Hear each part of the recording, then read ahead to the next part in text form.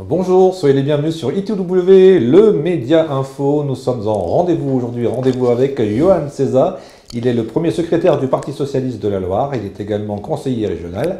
Johan César, bonjour. Bonjour. Bienvenue donc sur Rendez-vous avec. On va parler de politique, on va parler de beaucoup de choses, mais avant de démarrer cette émission, je voulais vous présenter nos vœux, à vous et aussi à tous nos auditeurs. Bonne année 2021 en espérant qu'elle soit meilleure que 2020. Je pense que c'est le vœu qu'on fait tous cette année. En tout cas, merci à vous pour cette invitation. Je suis heureux de vous recevoir ici à la Fédération. Je souhaite aussi évidemment mes meilleurs vœux à tous les auditeurs, tous ceux qui nous regardent sur ITW.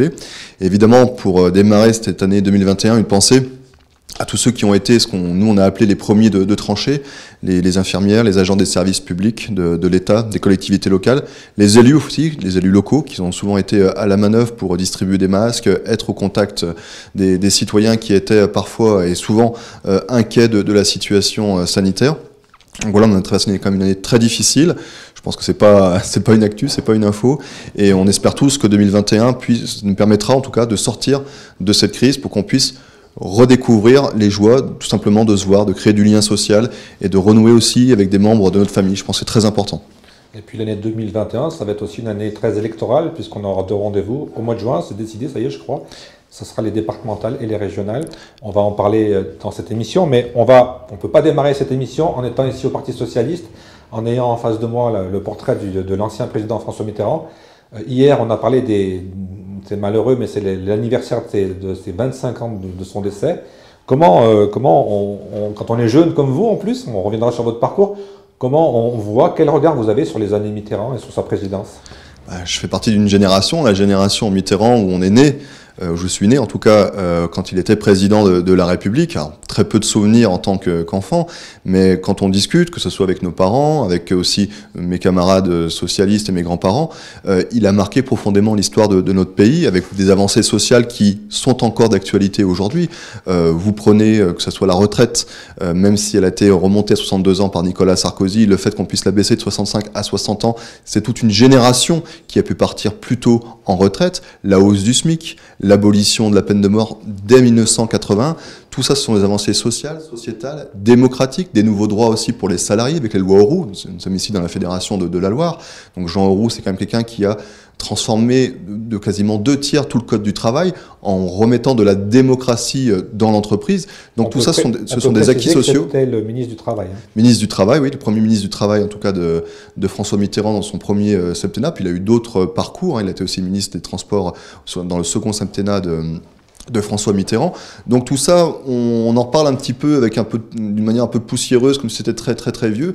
Mais en fait, ces acquis, et en tout cas ces conquêtes sociales des années 80, on vit encore, grâce à celle-là. Vous prenez le statut du fonctionnaire de 1984, qui est toujours d'actualité. C'est vraiment des avancées sociales, l'abolition de la peine de mort. Et autre chose aussi dont on parle très très peu, c'est toutes les dépénalisations sur l'homosexualité. Il faut savoir que jusqu'en 1981, on pouvait être poursuivi pénalement parce qu'on était homosexuel, pour son orientation sexuelle. Un propriétaire pouvait vous chasser de votre location parce que vous aviez cette orientation sexuelle. Alors, évidemment, aujourd'hui, ça paraît complètement fou qu'on puisse faire ce genre de peine à des personnes par rapport à leur orientation la plus intime.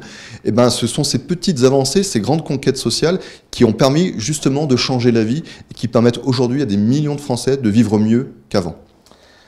Dans tout ce que vous avez dit, j'ai noté une chose que vous avez oubliée, et moi à l'époque, j'en ai entendu que du bien, parce que beaucoup de gens autour de moi à cette époque-là, on avait la chance d'avoir que des gens qui travaillaient, on avait très peu de chômeurs, et beaucoup de gens étaient très très heureux de la 5e semaine de vacances aussi. Bien sûr, la 5e semaine de congés payés, les 39 heures également, bien sûr, et tout ça, qui aujourd'hui reviendrait par exemple sur les 35 heures du Lionel Jospin, sur la réduction du temps de travail. Tout ça, c'est un héritage dont nous, socialistes, même jeunes, 34 ans, on peut être fiers, mais il ne faut pas s'arrêter uniquement à ce qu'on a fait sous Mitterrand et sous Lionel Jospin. Il y a de nouvelles conquêtes, parce qu'il y a des nouvelles demandes, des nouvelles aspirations de la société, des nouveaux besoins. Donc les socialistes ont toujours des réponses, des idées neuves, pour les citoyens, pour pouvoir leur permettre de mieux vivre, d'avoir des nouveaux droits démocratiques, des nouveaux droits sociaux. C'est toujours possible. En tout cas, nous, au Parti Socialiste, nous continuons à innover nos idées et à être en contact avec le réel, avec les citoyens, pour façonner un nouveau programme, par exemple pour les futures élections présidentielles de l'année prochaine. toujours le côté Mitterrand. Quand on a le recul aujourd'hui, on a que des choses positives, on ne peut pas trouver des choses négatives aussi? Bien sûr, on aura toujours ce débat à gauche sur le tournant de la rigueur de 1983, ça va toujours revenir. L'acte unique de 1986, le fait qu'on se fonde dans le serpent monétaire européen pour pouvoir créer cette monnaie unique au début des années 2000, c'était un choix assumé de François Mitterrand de continuer à achever cette construction européenne, et en tout cas à la poursuivre avec nos partenaires européens, en particulier nos partenaires allemands. Il faut aussi toujours remettre les événements dans son contexte, le contexte de la guerre froide, le contexte d'une Allemagne de l'Est, d'une Allemagne de l'Ouest, Helmut Kohl, il y a des images quand même qui restent, qui restent en tête quand on a François Mitterrand qui tient la main d'Helmut Kohl, des émotions qui sont importantes et qui façonnent aussi notre histoire. Et je pense qu'il y a quand même des éléments, alors il y a des éléments sur la privatisation, sur la seconde partie de son premier septennat, qui ont, on va dire, divisé la gauche, mais il faut garder en tête des acquis sociaux, des conquêtes, et aussi un message qui est de dire, et que nous, on prend en compte aujourd'hui, socialistes, et que si on veut gagner des futures élections, c'est d'abord rassembler les socialistes, pour rassembler la gauche et ensuite convaincre tous les Français. En tout cas, la stratégie et le message que nous apportait François Mitterrand est toujours d'actualité aujourd'hui sur la nécessité d'unir toute la gauche et les écologistes pour les prochaines élections. Dernière chose que vous n'avez pas vécue en 1981, c'est la libération de l'AFM. Bien sûr. Grâce à François Mitterrand. Puisque jusqu'à qu'il soit président, on avait 3 chaînes de radio et puis c'était tout. Et en 81, c'était l'explosion. Et je crois qu'au niveau culturel, même si des gens diront le contraire, au niveau culturel, ça a vraiment bougé à partir des années 80. Ça a été l'objectif de Jacques Lang, donc à l'époque ministre de la Culture, c'était d'aller vers le 1% du budget de l'État consacré à la culture. Et ça a été un véritable boom. La fête de la musique, la fête du patrimoine, les journées du patrimoine. Quand vous parlez des bandes FM, on a permis de démocratiser vraiment la FM avec des associations qui ont pu se monter, qu'on en connaît par exemple encore aujourd'hui à Saint-Étienne, qui existe d'ailleurs toujours, malgré parfois des difficultés financières. Mais c'est permettre la création, permettre l'innovation, il y était très attaché, et ça sortait aussi du carcan de l'ORTF avec la mainmise du pouvoir central sur le contenu même des émissions politiques. Et il a même créé aussi la haute autorité qui est devenue le CSA pour permettre de démocratiser et de sortir le politique de la mainmise sur les programmes audiovisuels et aussi sur les radios. Dernière question sur François Mitterrand. On a l'impression, nous qui l'avons vécu, et puis avec le recul, que c'est un des derniers grands présidents, ce qu'on dit un peu aujourd'hui, que les présidents qui sont venus après étaient pas vraiment à la hauteur. C'est lui-même qui le disait. Est-ce que pour vous aussi c'était un grand président, dans la lignée du général de Gaulle Dans l'un de ses derniers documentaires reportages, il disait « Je suis le dernier président, après moi il n'y aura plus que des comptables et des financiers ».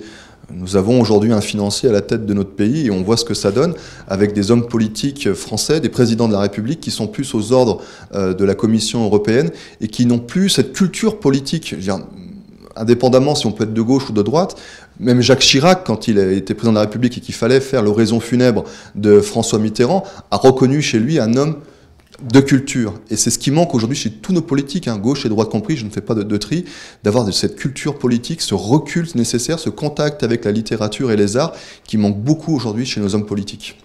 Justement, on a parlé de François Mitterrand, de Jacques Chirac. Sous le mandat de Jacques Chirac, je crois que c'est même Lionel Jospin qui avait un peu proposé, on est passé de 7 ans à 5 ans. Le quinquennat. Ce qui a fait que ça a changé complètement le système, puisque maintenant les députés sont élus en même temps que le président pour 5 ans. Donc il n'y a pas vraiment de choix pour casser ça. Est-ce que ça n'a pas été une erreur justement de casser ces 7 ans ? Je crois que le problème, c'est pas forcément, je comprends l'analyse, c'est pas forcément 5 ou 7 ans. Pour moi, le véritable problème démocratique, c'est l'inversion du calendrier. C'est-à-dire qu'aujourd'hui, on élit, et c'est une des fautes qu'a pu commettre Lionel Jospin durant son quinquennat, une des rares fautes d'ailleurs, c'est on élit d'abord le président de la République, et forcément derrière l'Assemblée, ça va être logique. Non, justement, si on renverse... Si on élit un président et qu'on ne lui donne pas une majorité, ça ne sert à rien, quoi. Je pense qu'on peut faire l'inverse. Et ça permettrait justement des unités à gauche. En disant, voilà, d'abord, construisons un programme commun ou un projet commun au sein de l'Assemblée nationale, pour détenir une majorité à l'Assemblée. Et ensuite, si nous l'obtenons, on trouvera un homme ou une femme qui sera en responsabilité en tant que président de la République pour accompagner ce programme et pour l'appliquer en usant de son pouvoir exécutif. Et je pense que si on pouvait déjà au moins inverser le calendrier, déjà on renverse le pouvoir, le rapport de force entre le gouvernement et l'Assemblée. C'est l'Assemblée qui reprend la main avec un régime beaucoup plus parlementaire et on évite l'hyper-présidentialisation qu'on a vécu avec, que ce soit avec Emmanuel Macron ou Nicolas Sarkozy par exemple. Ce qui veut dire en fait aujourd'hui, c'est qu'on n'a plus un président, c'est qu'on a 2 premiers ministres. Ou alors on a un seul président et plus de premier ministre. Voilà. Qui n'est que comme par exemple, on a l'impression aujourd'hui que Monsieur Castex, donc Premier ministre, n'est plus qu'un collaborateur, n'est plus qu'un porte-parole du président de la République. J'utilise le mot collaborateur, c'était le même qu'avait utilisé Nicolas Sarkozy pour qualifier François Fillon, son Premier ministre. Tout à fait. Je vois derrière vous, encore une fois, une dernière question. Je vois François Mitterrand, je vois le buste de Jean Jaurès. Il ne manque que Léon Blum. Est-ce que c'est des gens comme ça qui vous ont décidé à vous engager en politique? Comment ça s'est passé? Est-ce que vous avez un modèle? Qu'est-ce qui vous a donné l'envie de vous engager et en même temps au Parti Socialiste? Alors moi, il y a 2 raisons qui m'ont poussé en tout cas à rejoindre le Parti Socialiste, enfin la gauche en général. Ça a été, en tant que jeune, la cession de Jean-Marie Le Pen au second tour des élections en 2002. Et même si j'étais encore à cette époque-là trop jeune pour adhérer à un parti politique, je me suis dit qu'un jour, j'adhérerais à un parti politique de gauche pour pouvoir défendre ses idées et défendre ceux qui vivent le moins bien dans notre pays. Et donc j'ai rejoint, quand on rejoint le Parti Socialiste, on ne le rejoint pas pour une personne, parce qu'on est fan d'un tel ou d'un tel, on le rejoint aussi pour son histoire et aussi pour toutes les valeurs, tous les apports qu'il a apportés à la société. Et même s'il y a une personne qui c'est Arnaud Montebourg qui a vraiment été un déclic pour moi, parce que justement, il voulait renverser cette 5e République, il le souhaite toujours, renverser cette 5e République hyper présidentialisée, et d'aller vers un régime beaucoup plus parlementaire où le citoyen peut émerger sur la scène publique et donner et produire des idées. Et je pense que c'est ce qui manque beaucoup en France. Donc c'est vraiment, moi, en tout cas, mon engagement politique, il date de 2005-2006, ça a été aussi le CPE et la précarisation de la jeunesse, où je me suis levé contre. Donc voilà, tout ça, je veux dire, quand on adhère au Parti Socialiste, on adhère surtout pour son histoire, pour les valeurs qu'il incarne, et aussi, ce qui est très important chez nous, c'est la formation. Quand on adhère au Parti Socialiste, on n'adhère pas juste pour prendre sa carte et faire une campagne électorale pour un tel. On est formé, on a de la production politique, ce qui manque beaucoup aujourd'hui d'ailleurs à La République En Marche, où ils sont juste là pour être derrière telle ou telle candidature. Nous, on est là aussi pour construire, pour imaginer, pour échanger le monde de demain. Et c'est pour moi très important. Vous êtes aujourd'hui le premier secrétaire de la Fédération donc de la Loire. Quel est exactement votre rôle et le rôle d'un premier secrétaire ? Le rôle, c'est déjà d'animer la fédération. Donc, je me rends souvent dans les sections socialistes, que ce soit à Roanne, à Saint-Chamond, à Saint-Étienne, dans les territoires de la plaine du Forêt. Donc, on rencontre les militants, on les écoute. Quelles sont leurs attentes par rapport au parti? Donc, plus de formation, plus de communication, comment on s'oppose, quels sont les éléments de langage qu'il faut utiliser par rapport au président de la République, qu'est-ce qu'on doit défendre, vraiment travailler sur le terrain, des propositions qui émanent parfois des citoyens, parfois des territoires. Donc, tout ça, c'est animer les élus, animer les militants socialistes pour construire un corpus commun, défendre des idées communes pour le département, en lien aussi avec nos partenaires de gauche. Ça, pour moi, c'est très important. Et voilà, c'est construire des ponts, être en contact aussi avec les forces syndicales du département, les forces de la jeunesse, donc et les forces associatives, évidemment. Donc tout ça, c'est mon rôle, d'animer, en tout cas, les militants, d'animer les sections socialistes dans le département. On va passer au concret, on va parler un peu de choses générales. Vous êtes un des seuls élus, d'ailleurs je tiens à noter, qui m'envoie ses réactions par mail, que je partage sur le site. On a beaucoup parlé au mois de décembre de la campagne de dépistage du Covid du président de la région, Laurent Wauquiez. Et moi, j'avais l'impression, à mon niveau, que c'était quelque chose de bien, et d'après vos réactions, ce n'était pas quelque chose de très bien. Donc, est-ce que vous pouvez nous expliquer ce que j'ai peut-être pas compris et pourquoi vous n'étiez pas d'accord? J'ai vaguement compris que c'était plus une campagne de communication que de médicale, mais vous allez peut-être nous l'expliquer un peu mieux. Bien sûr. Alors, évidemment, nous, on était favorables à ce qu'il y ait une campagne de tests qui soit faite sur l'échelon de la région, même l'échelon du pays, qu'on aille massivement vers les tests pour pouvoir vraiment tester les personnes avant les fêtes de Noël, parce qu'on savait qu'il y allait avoir des contacts pendant les repas de famille. Donc pour nous, c'était important qu'il y ait une campagne de tests qui soit faite. Mais nous faisions 2 reproches à Laurent Wauquiez. Le premier, vous l'avez bien souligné, c'est le plan de communication. C'est-à-dire, même avant de recevoir des tests et même avant d'organiser sur le territoire les centres de tests, on avait déjà tous dans notre boîte aux lettres un petit courrier, on voyait des 4x3 s'afficher de partout, les abribus remplis d'affiches, les journaux papier inondés de publi-reportages, sans vraiment savoir, sans que nous d'ailleurs élus régionaux on soit consultés sur la mise en place de ce plan, mais d'ailleurs moi je suis à la commission santé, on n'a même pas été mis autour de la table pour travailler, pour voir comment on peut être vraiment efficace pour lutter contre la propagation du virus. Donc tout ça, ça a été fait dans la com, d'ailleurs ça a été révélé par de nombreux médias, où ils voulaient absolument intervenir avant Valérie Pécresse et Xavier Bertrand qui sont ses rivaux au sein des Républicains, donc c'est de faire un coup politique, utiliser le Covid comme coup politique, je trouve ça presque morbide d'ailleurs. Donc il y avait presque déjà un effet de communication, on se moque d'ailleurs maintenant, on n'entend même plus, parce que les résultats, on va les voir aujourd'hui, c'est 2 semaines après cette campagne de test qu'on voit s'il y a eu baisse ou pas des contaminations. Et c'est un effet qui est prolongé après. Donc on voit maintenant qu'il communique plus, ça l'intéresse plus, voilà, il est déjà passé à autre chose. Donc le premier axe de défiance que nous avions, c'était sur la communication. Le deuxième, c'était sur les tests. Nous étions favorables à des tests PCR, parce qu'ils sont fiables à 95%. Donc, quand on fait un test, quand on vous dit négatif, on est vraiment négatif, même si on peut être positif 2 heures après. Mais quand on est positif, on l'est vraiment. Or, les tests qu'il a utilisés en majorité, ce sont des tests dits antigéniques qui ne sont fiables qu'à 50%. Or, il y a une étude qui a été faite d'ailleurs à Lyon sur 500 personnes. On les a testées aussi bien en PCR qu'en antigénique. Et du fait de cette non-fiabilité entre 95 et 50%, comme j'expliquais tout à l'heure, on pouvait avoir des cas de faux négatifs. C'est-à-dire des gens, on a dit avec le test antigénique, vous êtes négatif. Et après, ils se retrouvent, on leur dit, voilà, ils ont une sorte de totem d'immunité, c'est bon, je suis négatif, je peux faire ce que je veux. Et en fait, ils étaient positifs et ils pouvaient contaminer, évidemment, leur entourage ou leurs collègues au travail. Donc, on alertait là-dessus en disant, parce que le discours de Wauquiez, c'était « je vais sauver les fêtes de Noël ». Nous, ce qu'on voulait rappeler, c'était « faites-vous tester, oui, mais même si vous êtes négatif, continuez à respecter les gestes barrières, c'est très important, sinon vous allez effectivement contaminer vos proches ou votre entourage dans le milieu professionnel. » C'est même évident. On parle de la région, vous êtes donc conseiller régional. Quel est exactement aussi le rôle d'un conseiller régional d'opposition? Puisque j'ai l'impression, et d'après ce que je lis et ce que je vois, finalement, il n'y a qu'une seule personne qui décide au conseil régional. Ah oui, même les vice-présidents de l'exécutif de Laurent Wauquiez n'ont pas voix au chapitre. Et nous, en tant qu'opposition, on est réunis très peu souvent par Laurent Wauquiez. On est très peu consultés sur les politiques qui sont mises en place.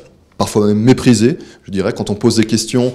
Par exemple, moi j'ai voulu défendre les quartiers Saint-Étienne et de Firminy quand il a qualifié des quartiers perdus de la République. Je n'ai eu aucune réponse quand j'ai posé une question orale. Donc il y a même du mépris des élus de l'opposition. Bon, ça peu importe, je veux dire, les gens se moquent bien de savoir comment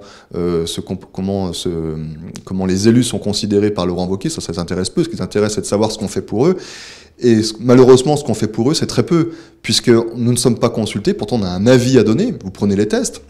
Moi, la proposition que je faisais, c'était de dire, il y a des centres qui existent dans les milieux urbains, par exemple, mais dans les territoires ruraux, il y a des trous dans la raquette, il y a des manques, il n'y a plus de maison médicale, il n'y a pas de centre de santé, donc est-ce que c'était pas là qu'il fallait aller pour proposer des tests à tous les citoyens? C'était la proposition que je faisais, elle n'a même pas été retenue, en tout cas, en commission santé par Laurent Wauquiez. Donc c'est dommage, parce que je pense que, qu'on soit de gauche, qu'on soit de droite, on veut tous défendre, en tout cas, nos concitoyens, nos territoires, qu'ils soient ruraux, qu'ils soient urbains, et on a le droit au moins d'être écoutés, parce qu'on a quand même notre expertise d'élus, notre expertise de terrain, qu'on peut apporter au niveau régional, et on n'est pas, il faudrait pas que les gens pensent que nous sommes toujours dans la confrontation perpétuelle droite-gauche. Quand moi je travaille en commission, je mets un petit peu de côté tout ça pour dire, mais mon intérêt, c'est quand même d'abord défendre les citoyens et d'abord défendre les territoires. Quand vous êtes justement sur le territoire, sur le terrain, les gens, ils considèrent comment le conseiller régional? C'est quelqu'un qui compte pour eux? Ou alors c'est quelque chose un peu d'abstrait? Et j'ai l'impression, moi aussi, que c'est un peu abstrait, un conseiller régional. On ne sait pas trop finalement à quoi il sert. En plus, si c'est que le président qui décide. Alors ça, la pratique du pouvoir, c'est Laurent Wauquiez. Vous prenez sous le mandat de Jean-Jacques Quérade, en tout cas pour la région Rhône-Alpes, celle que je connaissais avant, on avait une pratique où on mettait tous les élus, qu'ils soient de droite ou de gauche, sur un pied d'égalité pour pouvoir travailler ensemble pour le territoire. Donc on était déjà mieux identifiés. Bon. Ce qu'il faut savoir, évidemment, ça tient au scrutin. La plupart des personnes, des concitoyens, connaissent leur maire, connaissent leurs députés, connaissent parfois un petit peu moins bien leur conseiller général, maintenant le conseiller départemental. Et effectivement, vu que nous sommes élus sur une liste, on est moins connu, moins identifié sur un territoire. Parce que tout simplement, notre territoire, c'est Auvergne-Rhône-Alpes. Ce n'est pas un canton, ce n'est pas une commune, ce n'est pas une circonscription comme pour les députés. Donc c'est vrai que cet éloignement géographique nous éloigne évidemment des citoyens.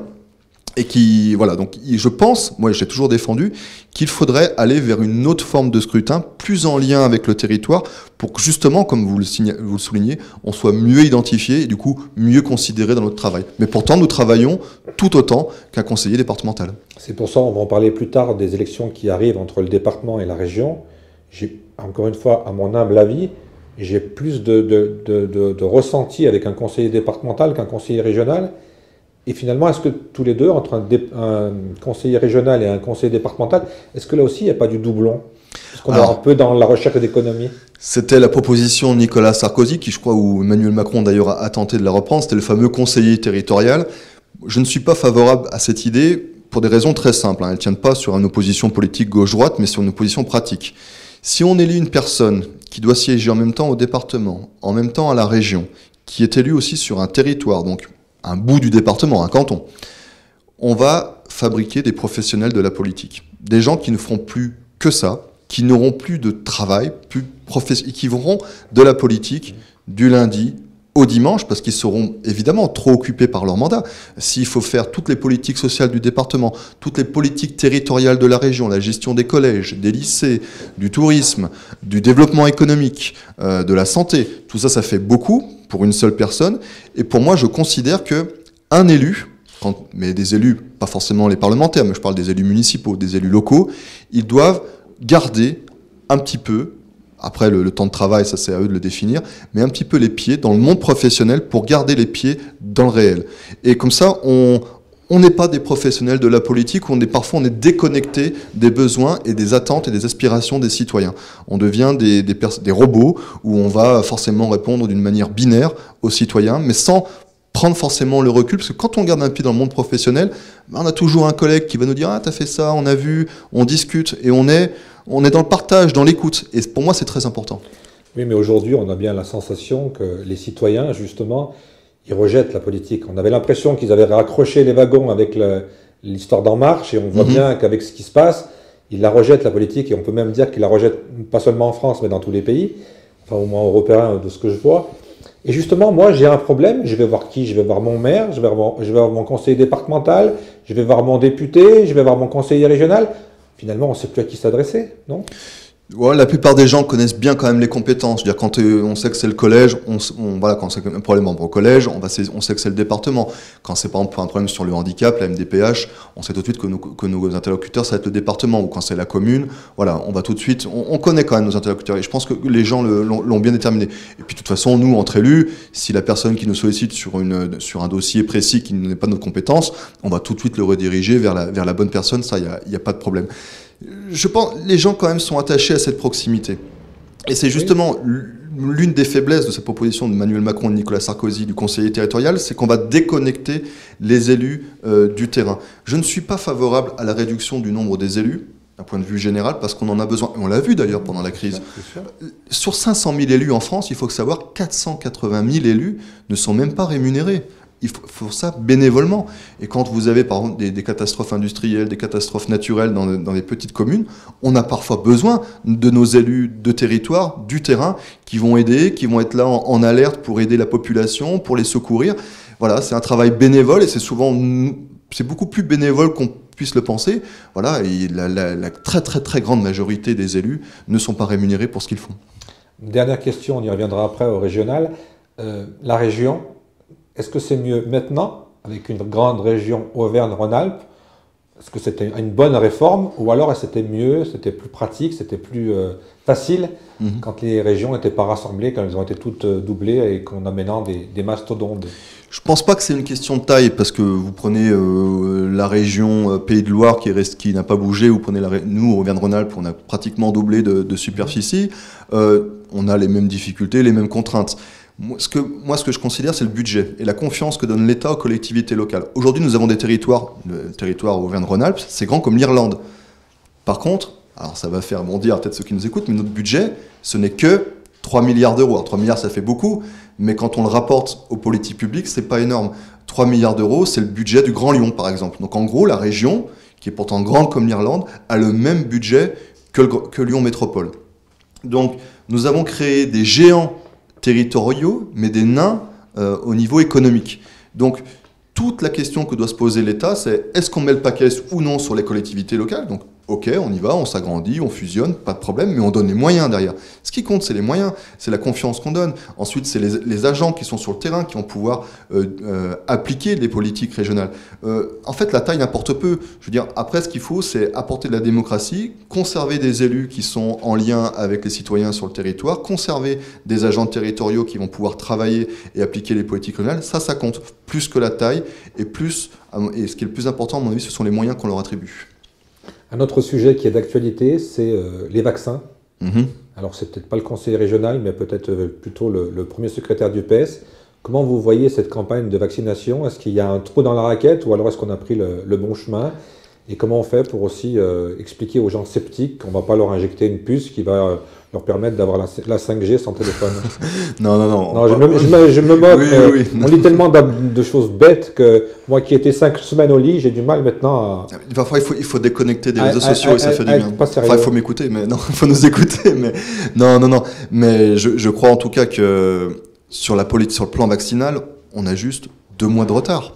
Le groupe socialiste à l'Assemblée et Olivier Faure, notre premier secrétaire national, dès le 11 novembre, a écrit au président de la République, Emmanuel Macron, pour connaître quel était le plan vaccinal qui sera conduit en France. N'ont pas eu de réponse. Dès le 9 juillet, la Haute Autorité de Santé a produit son premier avis pour décliner, d'un point de vue logistique, d'un point de vue humain, le plan vaccinal en France. Ils n'ont rien fait. Ils n'ont rien fait sur les masques. On a été en retard sur les masques. On a été en retard sur les tests. Et aujourd'hui, nous sommes pratiquement mi-janvier et on se pose encore la question de qui on doit vacciner. On a su il y a quelques jours que c'était les plus de 75 ans. On a su en début de semaine que ça devait être le personnel soignant. Tout ça, définir qui doit être vacciné, comment, d'un point de vue logistique, on assure la chaîne du froid, parce que les vaccins doivent être conservés à moins 70 degrés. Tout ça, ce sont des questions pratiques. On pouvait très bien s'éviter d'attendre le mois de janvier pour répondre à cette question, le faire dès le mois de novembre, quand, au moment où les vaccins étaient en phase 3 d'élaboration et de conception, c'est-à-dire avant qu'ils sortent sur le marché, parce qu'on avait déjà des communiqués de presse des groupes pharmaceutiques qui étaient déjà produits, donc on savait que le vaccin allait arriver. Donc il fallait au moins préparer notre pays. Par exemple, comme je disais, quand tout à l'heure on parlait des collectivités locales, est-ce qu'on fait juste l'État qui organise, ou est-ce qu'on organise en lien avec les collectivités locales, ou en lien avec les ARS? Comment faisons-nous, en tout cas, pour mettre le vaccin à portée de tout le monde? Ça n'a pas été fait, on a perdu 2 mois. Les pays, l'Allemagne, l'Espagne avaient déjà ces réponses-là dès novembre. Nous sommes encore en train de réfléchir en janvier. Le vaccin, c'est le côté médical. Moi, j'ai envie de parler aussi du côté économique. Comment il faut faire? Comment vous auriez fait? Qu'est-ce que le PS propose pour que les restaurateurs ils rouvrent un jour? Parce qu'il y en a beaucoup qui ne vont jamais rouvrir. Que les bars rouvrent, les discothèques rouvrent. Il y a aussi un secteur où je suis sensible, c'est tout ce qui est culture. Comment on fait pour continuer? C'est vrai que c'est aberrant de voir des photos d'avions ou de trains où les gens sont les uns sur les autres et puis on ne va pas ouvrir une salle de théâtre ou une salle de cinéma. Bien sûr, les métros... et peut-être même aussi que les restaurants, on pourrait peut-être changer un peu le mécanisme en disant voilà... ouvrez à d'autres horaires. Bien sûr, il faut manger à certaines heures, mais on peut peut-être décaler. Est-ce qu'on peut pas mettre... Je ne sais pas, il y a peut-être des solutions. Quelles sont les propositions concrètes là, du PS? Tout simplement, moi je trouve que, et les PS le proposaient, c'est qu'on a demandé à tous les professionnels que vous venez de citer, on leur a demandé beaucoup de respecter des règles parfois très contraignantes. Ils s'y sont mis, on respectait les règles de 1 mètre. Vraiment, on a toujours eu des images où on voyait des gens en salle, en restaurant, en terrasse, qui étaient les uns sur les autres, mais c'était des minorités. La grande majorité des restaurateurs, des patrons de bars, des discothèques, c'était plus compliqué, ils ont toujours été fermés. Mais en tout cas, dans tous ces secteurs-là, les secteurs culturels, les librairies, prenez les cinémas, le théâtre, tout ce qui est art vivant, s'astreignait à ces règles-là. Salle de sport. Et en fait, une fois que... Parce que ça coûte de l'argent, quand il faut mettre du plexiglas, quand il faut le gel, quand il faut respecter les distances de distanciation physique. Tout ça, on leur demandait beaucoup. Et puis, une fois que que tout le monde s'y est mis, tout le monde a investi, on leur a dit stop, on ferme. Moi, ce que je trouve absolument insupportable pour ces personnes-là, c'est qu'on ne leur a pas fait confiance.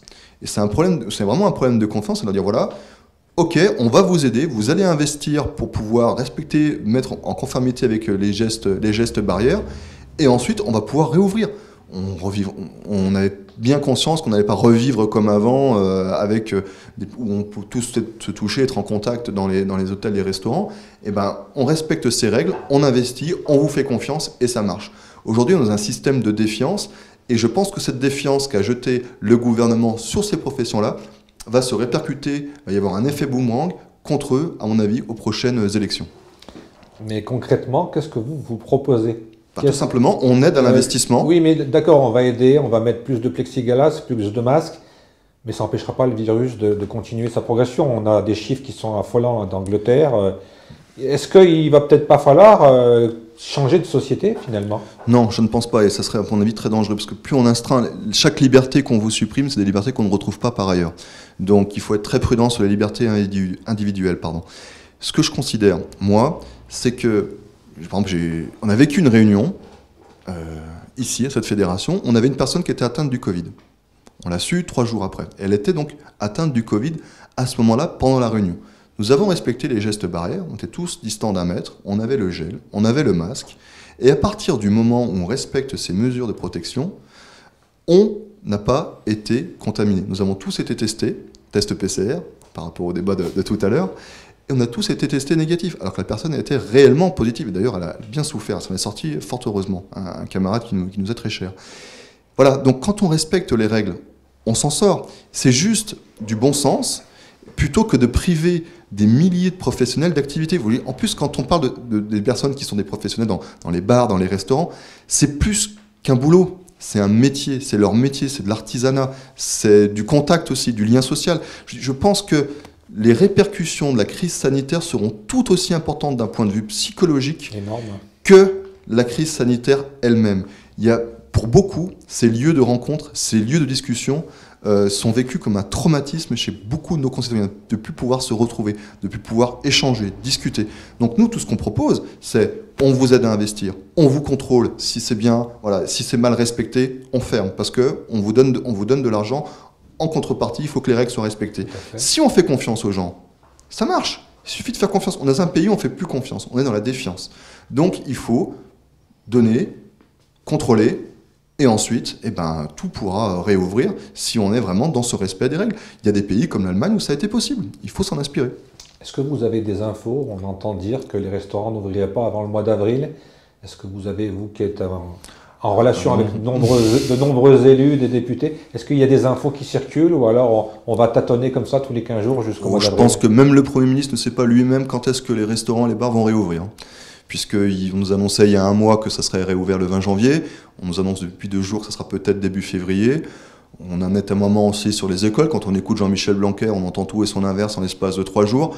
Je pense vraiment que le gouvernement ne sait même pas où il en est aujourd'hui. Il tâtonne, par exemple sur le plan de relance, on a quand même eu des retards, alors qu'on pourrait vraiment faire quelque chose, relancer l'économie, relancer le tissu industriel. Enfin, c'est très important, on est très attendu là-dessus.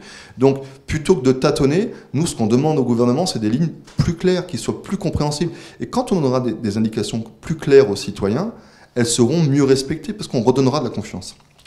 Est-ce qu'un autre gouvernement en France, peut-être le Parti Socialiste ou d'autres, est-ce qu'ils auraient été meilleurs? Est-ce qu'ils auraient fait les choses mieux? Si j'ai bonne mémoire, Olivier Véran vient du Parti Socialiste.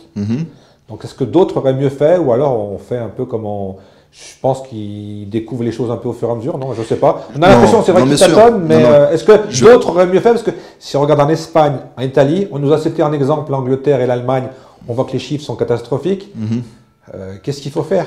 Non, je pense que personne ne peut dire aujourd'hui, gauche, droite, extrême gauche, extrême droite, qu'on aurait fait mieux, en tout cas, que le gouvernement. C'est beaucoup trop facile d'avoir ce genre de discours.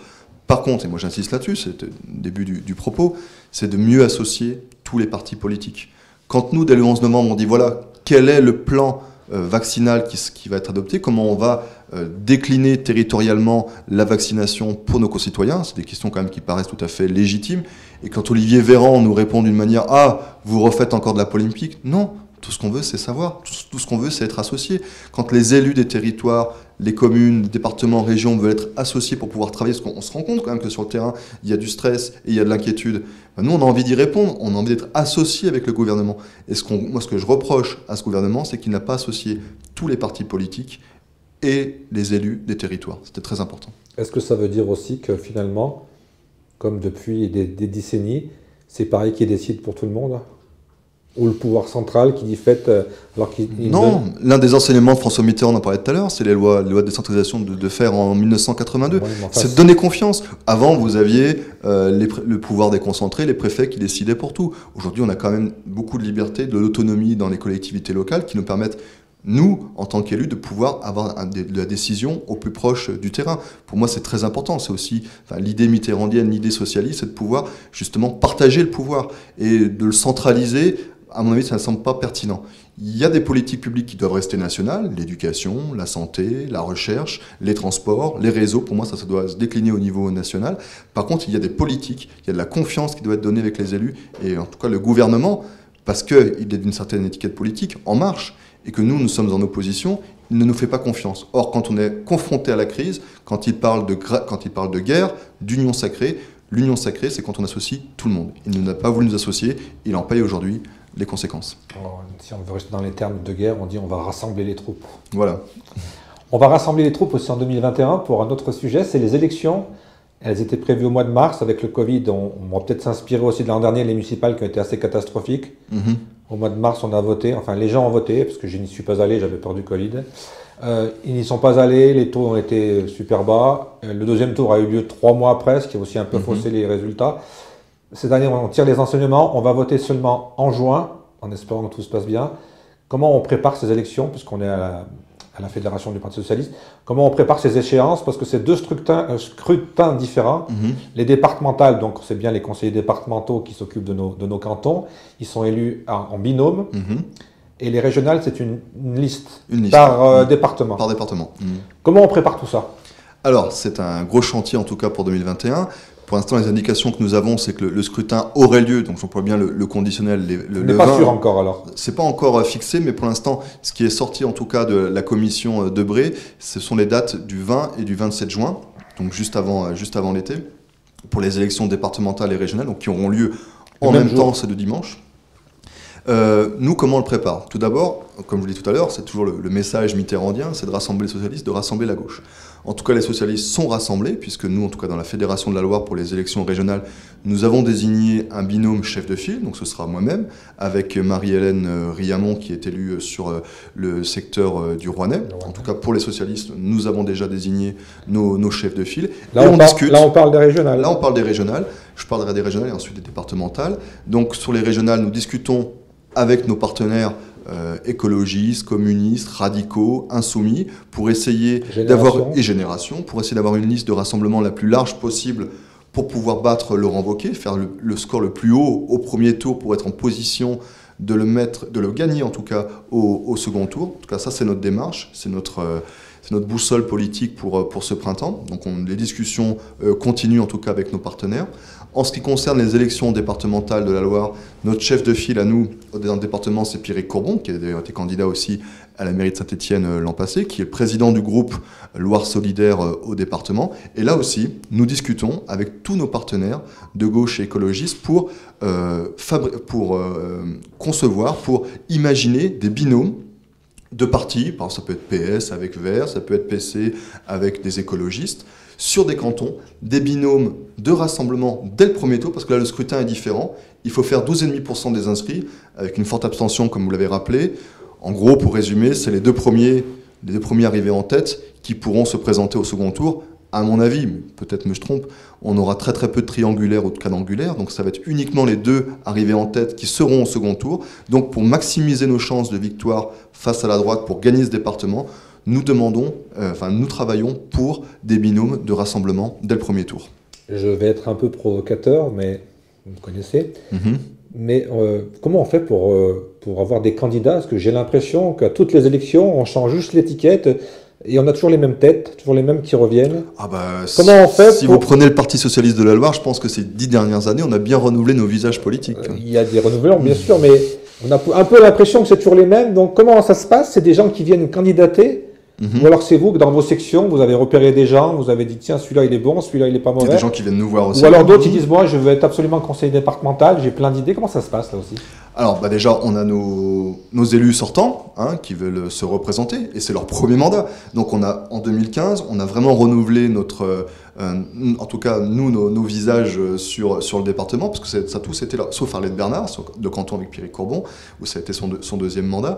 Mais en tout cas, voilà. Tout le personnel politique, en tout cas socialiste dans la Loire, c'est leur premier mandat, donc on leur fait confiance, ils ont fait un vrai travail de terrain, donc on va les défendre pour qu'ils puissent être candidats, en tout cas aux prochaines élections. Nous sommes aussi en contact avec les personnes qui ne sont pas forcément encartées dans un parti politique, qui ont envie qui s'engagent au niveau citoyen ou au niveau associatif, et qui viennent nous voir en disant, bah voilà, qui nous connaissent en tant qu'élu local, bien on a envie de s'investir, on a envie de travailler sur un projet, sur un programme, donc on leur fait confiance. On discute avec eux, on voit quels peuvent être les points d'accord, les points communs, et on travaille sur un programme commun pour le département de la Loire, et ensuite on investira nos candidats qui représenteront toute la gauche et les écologistes aux élections. J'ai pas mémoire d'avoir vu le département de la Loire depuis que je suis né à gauche. Jamais. Est-ce qu'on a l'espoir de le gagner un jour, ou alors on est juste là pour faire de la figuration? Ah non, je crois pas. Quand on regarde sur la gestion de la crise sanitaire par la droite dans le département, c'est absolument scandaleuse. Vous prenez les décisions politiques de Georges Ziegler, il en a pris deux fondamentales pendant la crise du Covid. Ça a été d'acheter des canons à neige pour Chabmazel, 1 million d'euros, et 630 000 euros pour sauver, ce qu'il croit pouvoir sauver, l'aéroport d'Andrézieux-Bouthéon. On met de l'argent public à fond perdu à Chabmazel et Andrézieux-Bouthéon. Il n'a pas voulu équiper en masque les collégiens, il n'a pas voulu attribuer la prime Covid aux aides, aux assistantes à domicile, alors qu'elles étaient en contact avec des populations parfois très éloignées de leur famille, isolées, et qui pouvaient d'ailleurs être atteintes du Covid. Donc elles ont pris des risques, elles ont été là, en accompagnement. Elles sont souvent toutes mal payées, avec des horaires souvent décalés, qui sont parfois... qui ont du mal en plus à ajouter avec leur agenda familial, leur agenda simplement de mère de famille. Donc, ce que j'appelais tout à l'heure en introduction de ce propos, les premiers de tranchée. Ces gens-là auraient dû être valorisés, ces professions-là auraient dû l'être. Et on a défendu ça, nous, avec Pierrick Courbon, au département, en disant il faut les aider. Il y a 2 départements en France qui ne l'ont pas fait, c'est le Jura et la Loire. Donc oui, quand on est socialiste, quand on est de gauche, on a un message à porter. Et on peut gagner ce département parce que justement, nous représentons ces personnes qui en ont le plus besoin, qui ont été là. C'est souvent des gens qu'on a méprisés. Et pourtant, on en a eu besoin. On méprisait souvent les éboueurs, on méprisait souvent les infirmières, les gens... Les caissières. Les caissières de supermarché. Eh bien, ils ont été là. Et on ne les a pas assez accompagnés, assez aidés. Et en tout cas, le mépris dont a fait preuve Georges Ziegler à l'égard de ces personnes, je trouve ça absolument scandaleux. Et le meilleur carton rouge qu'on peut lui adresser en juin, c'est de voter pour des listes de rassemblement de la gauche et aller vers un département à majorité rouge, rose, verte. Ça veut dire qu'on est bien parti pour un rassemblement, ou alors il va y avoir des désistements, il va y avoir encore des tensions entre les partis de... Ça a toujours alors on est là dans un rassemblement et on est là pour gagner et puis peut-être pour changer un peu le visage du département. C'est des choix politiques. Est-ce qu'on aide Chabmazel ou on va aider nos collégiens? Est-ce qu'on aide Andrézieux-Bouthéon ou est-ce qu'on aide les assistantes maternelles? C'est des choix politiques. Nous les assumons. Quand on redistribue aussi de l'argent, ça compte, ça va dans la poche de nos concitoyens, pour des gens qui vivent avec des revenus inférieurs parfois à 800 € par mois. Comment on peut joindre les deux bouts quand on vit dans ces situations-là? Le revenu de base, faire de l'expérimentation sur les territoires à zéro chômeur de longue durée, ça c'est important, ça a du sens pour lutter contre les inégalités et la précarité. Parce que le département, c'est l'échelon de proximité par excellence. C'est l'échelon aussi où on intervient le plus dans les politiques sociales. On peut faire quelque chose de bien. Il faut savoir aujourd'hui, par exemple, qu'un tiers des gens qui pourraient être allocataires du RSA ne le font pas. C'est le non-recours aux droits. Nous sommes pour l'automaticité des droits. Parce que des gens, aujourd'hui, auraient presque honte à demander le RSA. Ça existe. Ils sont bien plus nombreux que les fraudeurs. Et ça, c'est un vrai discours qu'on tient. C'est une vraie bataille politique et culturelle que nous avons face à la droite. Et en tout cas, avec Pierrick Courbon pour les départementales, on le dira avec fierté et on le dira avec force. Oui, nous voulons défendre ceux qui ont été les premiers de cordée pendant cette crise. Alors, j'ai oublié le nombre exact de cantons. Je crois que c'est autour de 23. 21. 21. Est-ce qu'aujourd'hui, on a déjà les candidats ou alors il y a encore des cantons, on est dans l'incertitude, on n'a pas encore les candidats qui vont être désignés. Est-ce qu'il y a une commission qui va se décider peut-être au mois de mars, au mois de février? Là aussi, la cuisine politique, ça se passe comment? Bah déjà, on établit tout, on regarde les 21 cantons. Là, on a déjà des sortants, des élus qui sont parfois maires, parfois adjoints d'une commune qui ont envie d'y aller. Donc, on va leur faire confiance. On va travailler avec eux pour faire un projet départemental. Il y a des territoires où c'est vrai, le Parti socialiste a un peu plus de faiblesse, en particulier les territoires ruraux. Mais nous avons des candidats, nous aurons des candidats en tout cas partout, de la gauche et des écologistes aux prochaines élections. Parallèlement, on va passer à la région. C'est un mode de scrutin, on l'a dit, différent. Comment ça se passe? Là aussi, on discute avec les partenaires. J'ai l'impression que les socialistes vont être avec la gauche, vous l'avez dit, mais que les écologistes vont partir tout seuls. Comment ça se passe là aussi? C'est des négociations qui sont différentes, c'est des accords différents, et c'est peut-être même des projets qui sont différents? À part l'échelon, on passe du département à la région, les discussions sont les mêmes. Ça veut dire qu'il y a une réalité, si on veut gagner, il faut être rassemblé. Qu'on soit à gauche ou chez les écologistes, cette donnée-là, on la sait. Pour gagner face à Laurent Wauquiez à la région, pour gagner face à Georges Ziegler au département, il faut être rassemblé et on pourra gagner. Aujourd'hui, les discussions, le mode de scrutin est différent parce qu'on est sur un scrutin de liste et toutes les listes au régional au-dessus de 10% des votants, donc pas des inscrits, donc des votants, peuvent se maintenir pour le second tour. Donc ça change évidemment la donne. Certains auraient envie de se compter pour savoir qui est le premier à gauche. Est-ce qu'aujourd'hui, c'est les écologistes qui sont en tête de la gauche? Est-ce que c'est encore le PS? Est-ce que ce sont les insoumis? Franchement, cette question-là, je pense que ça intéresse personne. En tout cas, moi, en tant qu'élu, j'ai vécu 5 ans dans l'opposition avec Laurent Wauquiez. J'aurais pas envie de revivre les 5 prochaines années pareil, où on est méprisé, comme j'expliquais tout à l'heure, on est mal considéré, pas écouté sur les propositions que nous avons à faire. Pourtant, c'est ce que donnent les sondages. Non, si on est rassemblé, quand on est rassemblé, on crée une dynamique. Parce que vous prenez par exemple les élections de 2015, quand Laurent Wauquiez a gagné. Il n'a gagné que de 3 points. On l'oublie souvent, mais il n'a gagné que de 3 points face à Jean-Jacques Kéran. Mais pourquoi les 3 points, où est-ce qu'ils ont manqué? C'est parce qu'on n'était pas rassemblés au premier tour. Quand on est rassemblé au premier tour, quand on est vraiment soit devant, soit juste derrière Laurent Wauquiez, les gens se disent « Ah, voilà, il y a cette liste-là, elle est en capacité de gagner. » Mais en 2015, on a fini 3e au premier tour. Premier, Laurent Wauquiez, deuxième FN, ensuite 3e, c'était Jean-Jacques Kéran. Quand on arrive 3e avec un écart trop important, les gens se disent « Non, là, la gauche, les écologistes, ils ne peuvent pas l'emporter. On ne crée pas de dynamique.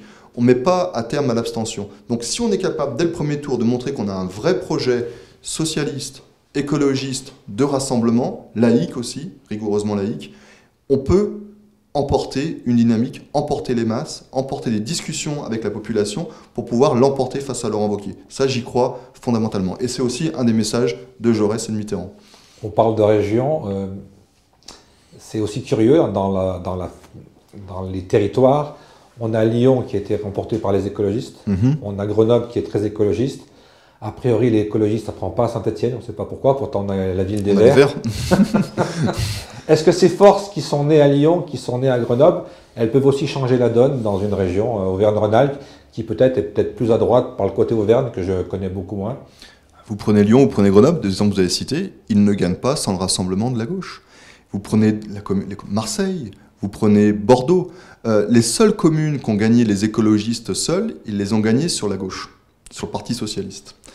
Par contre, quand on gagne contre la droite, on le gagne, contre Collomb, parce que Collomb avait basculé à droite, en tout cas à Lyon, on le gagne quand la gauche est rassemblée. C'est excessif un peu, Collomb à droite.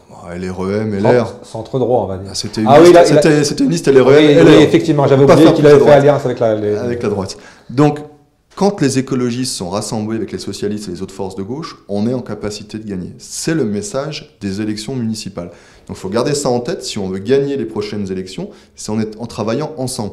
Et franchement, quand vous regardez nos programmes politiques, nos idées, ce que nous défendons, enfin moi j'ai passé 5 ans dans les rangs de l'opposition à la région, 99%, pratiquement tous les amendements des écologistes, des communistes, j'ai voté pour, j'étais favorable. Et eux aussi ont voté les nôtres, parce qu'on a la même conception de la région, une région plus démocratique, plus sociale, plus humaine, plus écologiste. On a vraiment des atomes. On a été, nous, socialistes, les premiers à défendre, par exemple, l'énergie de l'hydrogène pour les trains. Quand on a défendu, quand on s'est opposé au projet A45, on était ensemble. Quand on défend l'idée d'un RER métropolitain à Saint-Etienne, nous sommes ensemble. Quand on défend la ligne Clermont-Saint-Etienne, nous sommes ensemble. Je pense que les gens ne comprendraient pas pourquoi on veut juste se compter aux élections et on laisse Laurent Wauquiez gagner. Non, moi je m'y refuse. Et je pense qu'en étant rassemblés, en portant toutes ces propositions ensemble, on peut l'emporter face à Laurent Wauquiez. J'ai l'impression que le président de région, c'est un peu comme le président de la République, on vote aussi pour un homme, une figure emblématique qui porte cette région. Là, on est au Parti Socialiste. J'ai l'impression que dans la Loire, il y a une personne qui commence à monter et qui se détache un peu. Alors, je dis peut-être une bêtise, et je ne dis pas ça parce que j'aimerais bien qu'elle vienne répondre à nos questions. Je pense que quelqu'un comme Cécile Cukierman est une personne qui entraîne peut-être du monde derrière elle. Est-ce que c'est une personne sur laquelle vous allez miser? Est-ce que vous allez vous mettre derrière le PC justement pour soutenir Cécile Cukierman? Est-ce que là aussi, il y a des discours, des négociations? Cécile Cukierman, comme vous l'avez dit, c'est vrai qu'elle connaît très bien la région, puisqu'elle est élue depuis 2004 au conseil régional. Donc c'est vrai qu'elle connaît bien en tout cas cet échelon et cette collectivité.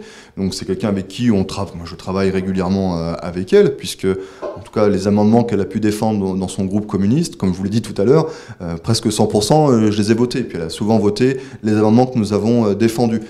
Si c'est Cécile Cukierman qui est tête de liste, si c'est un socialiste, si c'est un écologiste, pour moi, ça m'est égal. Je travaille pour le rassemblement. Peu importe le nom. Elle peut être une locomotive. Ce que je veux dire, c'est ça, c'est la figure locomotive, quoi, qui donne envie aux gens de se déplacer et de dire, voilà, le programme, c'est cette personne. Je pense que pour les élections régionales, ce qui compte, c'est d'abord la tête de liste au niveau régional. Là, vous me parlez plutôt du département de la Loire. Parce qu'on est plutôt dans le réel. C'est vrai que si on a un candidat qui représente l'un, on s'en fout un peu, quoi. Excusez-moi. Peut-être. Je parle des électeurs. C'est votre point de vue. Mais en tout cas, je pense que sur les élections régionales, ce qui va compter, c'est la tête de liste régionale. Donc justement, est-ce qu'on a une figure, quelqu'un qui est capable de porter un projet, le projet politique, et aussi nous, en tant qu'élus de terrain, les réponses qu'on apporte sur le territoire. Parce qu'on connaît bien notre territoire, on connaît bien les besoins, on connaît bien les habitants. Donc c'est comment on assimile ces connaissances pour construire un projet porté par quelqu'un de connu. Je ne suis pas sûr que aujourd'hui, en 2021, tout le monde se souvient qui étaient les têtes de liste départementales dans chaque département de la région. Je ne suis pas sûr que ce soit un élément, pour moi, fondamental. Mais il est vrai que Cécile Cukierman, je vous dis, je connais ses talents, je sais que c'est une sénatrice également, elle a beaucoup de qualités, elle connaît très bien le département de la Loire. Si c'est elle, pourquoi pas. Moi, plus que les noms, moi, ce qui m'importe, c'est le rassemblement et le projet qu'on va porter ensemble. Non, mais ce que je veux dire, c'est que je ne milite pas pour une personne ou une autre. Ce que je veux dire, c'est qu'il faut une figure qui incarne de ce programme. Oui, et finalement, on se rend compte qu'on vote, beaucoup de gens votent beaucoup plus pour une personne que pour un programme, souvent. C'est lié, mais souvent, il y a une dynamique avec un personnage. Bien sûr, mais... Paradoxalement, ce qui a peut-être un peu desservi à votre camp il y a 6 ans, c'est que Jean-Jacques Kérane, qui était très sympathique et très compétent et qui avait un bon bilan, on avait un peu l'impression que c'était un homme qui était là depuis un peu trop longtemps et qu'on voulait un peu tourner des pages. Sans doute. C'est peut-être la critique qu'on fera à Cécile Cukierman ou qu'on fera à d'autres personnes aux prochaines élections. C'est pas ce que je souhaite. Je pense que la dynamique dont vous évoquez derrière une personne, elle ne marche aussi que s'il y a une dynamique sur la liste, des personnes qui l'accompagnent, puisqu'on peut très bien être une figure, être une personnalité, mais si on n'a pas derrière une équipe, si on n'a pas derrière un projet qui fonctionne et qui est pertinent, ça ne fonctionne pas. Donc à mon avis, il faut les deux. Une personne connue et un programme solide. Et des gens compétents. Tout à fait, ça compte aussi. Ça. Et disponible, parce que je rappelle que quand on fait de la politique, c'est pas non plus... c'est quelque chose qui prend beaucoup de temps. C'est chronophage parfois, oui. Comme j'en rencontre beaucoup, je me rends compte que c'est pas un métier que j'aimerais faire. C'est vrai qu'on souvent... Enfin, je dis peut-être métier qu'il faut mettre entre guillemets, parce que c'est pas... Pour moi, c'est une fonction, c'est pas un métier. Mais c'est vrai que on est souvent critiqué, voilà, parfois mal considéré, mais on va pas se plaindre parce que bon, on aime ce qu'on fait, on aime l'action publique, on aime servir l'intérêt général, mais les gens parfois se rendent pas forcément compte du temps qu'on y consacre. Parfois, on voit pas souvent nos enfants ou son conjoint, sa conjointe, et c'est parfois difficile, mais on l'aime, on assume. Mais en tout cas, heureusement qu'on a, comme je l'ai dit tout à l'heure, des élus bénévoles, parce qu'une très très large majorité ne perçoivent aucune indemnité dans les fonctions qu'ils exercent. Donc c'est très important qu'on garde ce maillage territorial et ces élus locaux dans nos territoires. Dernière question technique sur les régions. On a parlé des départementales, on a dit 21 cantons, donc 21 cantons, 21 élus en binôme à élire. Donc 42 comme la Loire. Voilà. Est-ce que dans la Haute-Loire, c'est 43 ? Non, c'est moins. Non, c'est moins. Il y a moins de cantons dans la Haute-Loire. Je le savais, mais c'était pour la blague. La région, on va donc voter pour des listes. Dans la Loire, ça sera une liste de combien de personnes ? Et quand on sait à peu près les pourcentages, est-ce que celui qui est 6e, 7e, 8e et puis au-delà, est-ce qu'il est là pour la figuration ou alors ça dépend si on gagne ou si on perd. Hein, voilà, bien évidemment. Mais là aussi, combien de personnes sur la liste ? C'est 20 personnes plus 2 suppléants, voilà. Parce qu'il y a ensuite, au niveau régional, il y a un recomptage qui est fait pour savoir les départements qui ont le mieux voté peuvent avoir 1 ou 2 élus en plus. en fonction justement de la participation. Mais dans la Loire, c'est 20, c'est le chiffre qu'il faut retenir. Généralement, la liste qui l'emporte a entre 11 et 13 élus. Et ensuite, donc, les 7 autres se partagent entre toutes les listes. Puisque ce qu'il faut savoir, donc, c'est un peu compliqué, mais en gros, il y a 204 élus au niveau régional. La liste qui gagne, peu importe le score qu'elle fait, emporte 25% des sièges. Voilà. Et les 75% des sièges restants sont attribués à la proportionnelle de toutes les listes, même celle qui a gagné, naturellement. Il y a cette prime majoritaire de 25%, je vais l'expliquer pourquoi. C'est pour éviter des majorités fragiles, comme on l'a connu dans les années 90, où la droite avait gagné de très peu et avait été obligée, c'était un prétexte, Charles Millon, on l'a bien connu en Rhône-Alpes, s'était associé avec le Front National pour s'assurer des majorités. Donc pour combattre cette alliance entre ces digues qui avaient sauté républicaines entre le parti RPR à l'époque et le Front National, on a créé des majorités à 25%, pour une dose de majorité pour permettre d'avoir, quand on gagne les élections, d'avoir une petite dose majoritaire pour s'éviter justement des alliances parfois contre nature. Dernière question piquante. Oui. Les socialistes qui ont été élus conseillers régionaux avec vous il y a 5 ou 6 ans maintenant, qui sont partis chez En Marche, ils ne seront plus avec vous, donc ils seront avec En Marche. Ah bah en tout cas ils sont plus, ils sont quittés le groupe socialiste et démocrate. Pour nous en tout cas, ce sont ceux qui sont en tout cas dans le groupe En Marche n'étaient pas adhérents du Parti socialiste, il faut le savoir. C'était des gens qui étaient de la société civile, qu'on a voulu intégrer sur nos listes, voilà, parfois souvent contre, parfois les orientations des partis socialistes, des fédérations locales. Et en tout cas, nous ne travaillons pas avec En Marche pour les prochaines élections régionales. Notre périmètre politique pour ces élections, ça reste la gauche et les écologistes, le Parti communiste, France Insoumise, Europe Écologie Les Verts, Génération et le Parti radical de gauche. Très bien. Pour terminer cet entretien qui était passionnant, on a appris pas mal de choses. On est au PS, là. Quel est l'avenir du PS? Est-ce qu'il a un avenir, le PS? Est-ce qu'il peut reprendre le pouvoir? Est-ce qu'il peut... On voit qu'au niveau local, il y a des mairies, il y a des élus, mais au niveau national, est-ce qu'il faudra faire un... je vois beaucoup en ce moment Arnaud Montebourg, on en parle de plus en plus, je pense qu'il sera candidat. Est-ce que le PS va soutenir Arnaud Montebourg? Est-ce que le PS va se dire... Je sais que vous avez soutenu M. Morel. Oui, en interne du PS, oui. Est-ce que Olivier Faure, c'est le candidat de l'avenir? Quel est l'avenir général du Parti Socialiste qui est là depuis quand même un nombre d'années 1905, oui. Oui, puisque moi j'ai connu la SFIO. Oui, jusqu'en 71. J'en profite pour faire un clin d'œil à mon grand-père qui était à la SFIO. Et donc, quel est l'avenir du PS? L'avenir du PS, évidemment, il est à gauche.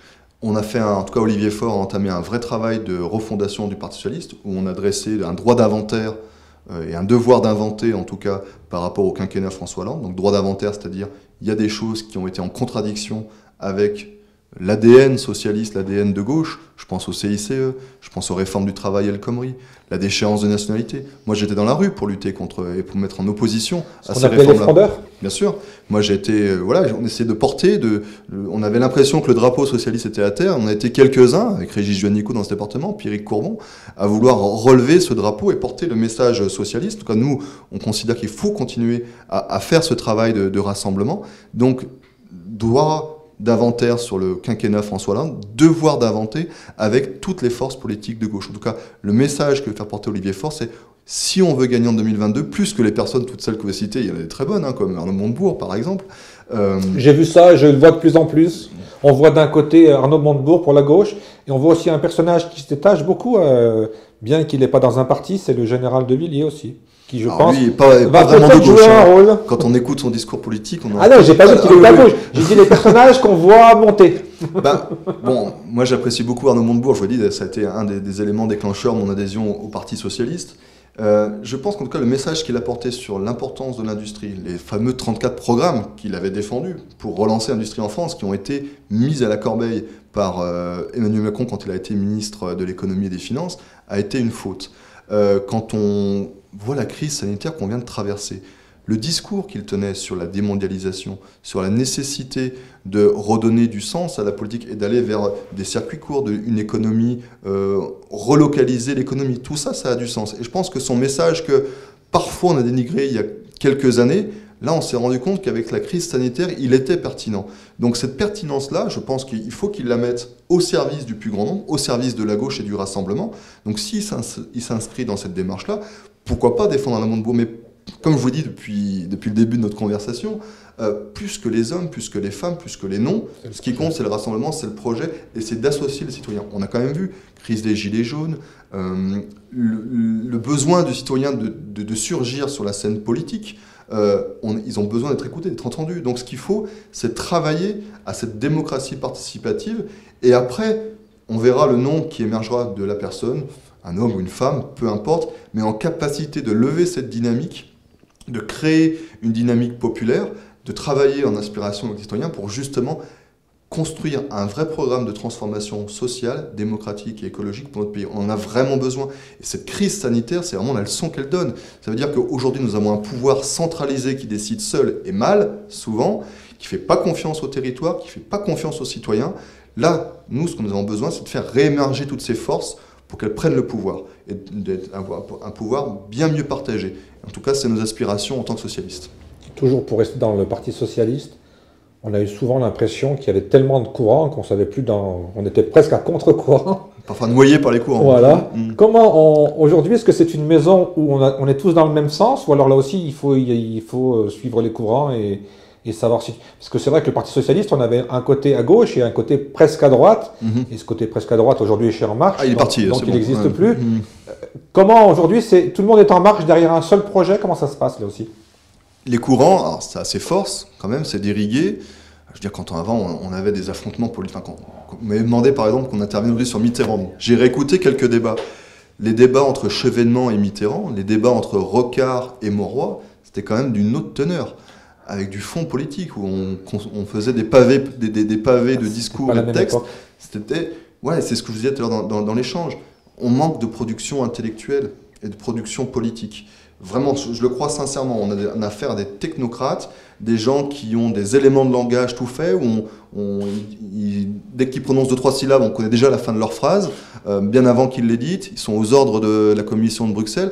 On n'a plus de personne qui va imaginer quelle va être la France dans les années en 2030, en 2050. On a vraiment besoin de ça. Et c'est là-dessus que le Parti socialiste peut apporter quelque chose à la gauche, c'est que nous sommes un parti démocratique. Il y a des courants, il y a des sensibilités qui existent, et il faut en donner une valeur ajoutée. C'est-à-dire qu'on irrigue le PS, on irrigue la gauche vers des nouvelles idées, parce qu'on est en contact des citoyens des territoires. Donc on peut apporter quelque chose, une valeur ajoutée. Donc c'est là-dessus que je pense que le PS a une carte à jouer dans la gauche. Pour conclure, vous restez optimiste pour l'avenir? Ah, toujours. L'optimisme de la volonté, ça fait partie de l'ADN socialiste. Et puis de la jeunesse? Toujours, ouais. Et je pense que c'est... Voilà, tout à l'heure, on évoquait 2021. Moi, je redoute fortement le printemps, parce qu'on a la crise sanitaire, on a la crise sociale qui est en train de poindre son nez, 800 000 jeunes qui vont arriver sur le marché du travail, un marché du travail qui va être bloqué par la crise sanitaire, des gens qui sont formés, des gens qui ont des idées, de l'innovation à porter pour notre pays, et j'ai peur que cette crise sanitaire accompagne malheureusement les jeunes vers le chômage et la précarité. Et pour en finir, on en finira par là. On a une proposition, nous en tant que socialistes, on va la défendre à l'Assemblée nationale avec Boris Vallaud et Hervé Solignac, c'est de créer un revenu de base pour les jeunes et un crédit pour démarrer dans la vie dès 18 ans. C'est très important pour pouvoir faire une première formation, une première expérience à l'étranger, créer son entreprise, être dans l'entrepreneuriat, le bon entrepreneuriat, où on va pouvoir développer au niveau local des nouvelles entreprises, des nouvelles activités. Donc tout ça, nous on le porte, c'est un nouveau message socialiste, et voilà, on est toujours en prise avec le réel pour défendre notre idéal. Ça, c'est Jaurès. Ouais, il est là. Johan César, merci beaucoup. Merci. On vous souhaite donc une belle année 2021. Moi aussi, je vous souhaite. Et puis nous, on se retrouve très bientôt sur ITW, parce qu'on est en train de finaliser plusieurs rendez-vous, et on sera là, je pense, encore... très longtemps, puisqu'on va avoir les élections départementales, les élections régionales, et puis il y a toujours de l'actualité, donc on sera là sur ITV, ITW, et il faut aussi bien profiter des réseaux sociaux, puisque maintenant il y a un ITW sur Twitter, ITW sur Facebook, enfin on va être partout, et vous allez nous suivre. Merci. Merci.